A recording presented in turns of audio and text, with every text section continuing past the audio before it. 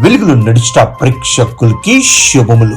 లోకపు మాట, సుత్తితో ఒక దెబ్బ వేయగానే బండరాయి మొక్కలవ్వదు. దెబ్బ వెనకాతల దెబ్బ వేయాలి.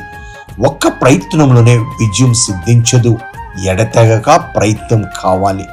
దేవుని మాట, నీవు ఆశీర్వాదం పొందుదువు గాక, నీవు ఘనకార్యములు పూనుకొని విజయము నొందుదువు గాక. 1 సమూయేలు గ్రంథం 26వ అధ్యాయం 25వ వాక్యం. చిన్న ప్రార్థన.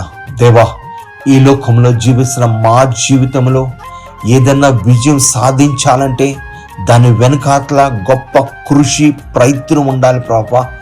అది జరిగితేనే ఘనకార్యములు పూనుకొని గొప్ప విజయం పొందుతాం ప్రభు.